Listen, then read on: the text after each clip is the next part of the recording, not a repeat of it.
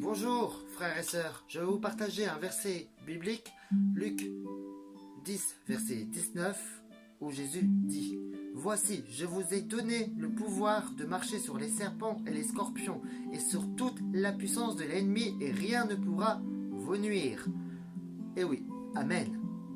Cela veut dire que Jésus nous a donné tout pouvoir contre les forces du mal, contre les esprits maléfiques, et que rien ni personne ne pourra nous arrêter, nous nuire, nous faire du mal, quoi que ce soit. Et oui, parce que Jésus nous a donné tous ces pouvoirs-là. Pourquoi? Parce que tout simplement, Jésus a vaincu Satan à la croix, avec son sang versé à la croix. Donc Satan, il a été battu par Jésus, pour une fois et pour toutes. Lorsque nous évangélisons, bien sûr, on voit que le diable et ses démons ne sont pas contents. Ils agissent, forcément. Mais cela est fait pour nous perturber. Ne nous perturbons pas par ces choses-là. Ne nous laissons pas abattre. Parfois, c'est vrai que qu'on se sent découragé. Mais c'est le diable qui nous attaque. Il nous attaque d'abord par la pensée. La pensée, c'est quoi? C'est par la fatigue, physiquement, par le découragement. Lorsque la fatigue vient, il y a le découragement. Nous ne nous laissons pas abattre par toutes ces choses-là.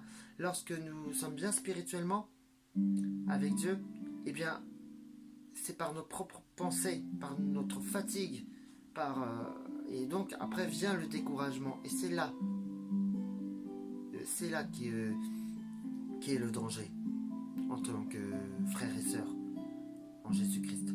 Alors, ne nous laissons pas abattre. Ça, c'est parce que le diable et ses démons ont peur lorsque nous parlons de Jésus-Christ. Ont peur qu'on arrache les âmes de l'enfer pour qu'ils aient la lumière, pour venir à Jésus-Christ. Et oui, parce que Jésus est beaucoup plus fort que cela. Oui, nous sommes plus que vainqueurs en Jésus-Christ. Je puis tout par celui qui me fortifie. Amen. Ça, c'est une parole de vérité, une parole qui fortifie tous. Donc soyez encouragés, frères et sœurs. Soyez fortifiés pour tout ce qu'on fait, pour la gloire de notre Dieu en Jésus-Christ. Et oui, parce que là, nous sommes dans le réveil, dans les derniers temps. Il faut se réveiller. Il faut partager notre foi à travers d'autres personnes qui n'ont pas. Parce que notre rôle, c'est d'apporter cette connaissance, cette vérité. Parce qu'ils ont un choix à faire. Soit ils acceptent la vérité, ou soit c'est le mensonge. Mais ils ne peuvent pas choisir les deux. S'ils refusent la vérité, par défaut, ils choisiront le mensonge. Donc, il faut qu'ils parviennent à la connaissance de la vérité. Une fois qu'ils seront parvenus à cette connaissance de la vérité, qu'ils auront choisi, ils sont plus des ignorants. Ils sont au courant de toutes choses. Alors apportons cette nouvelle, cette bonne nouvelle qu'est Jésus-Christ, qu'il a donné la vie, sa vie à chacun d'entre nous, avec son sang versé, coulé à la croix, pour chacun, pour les péchés de chacun.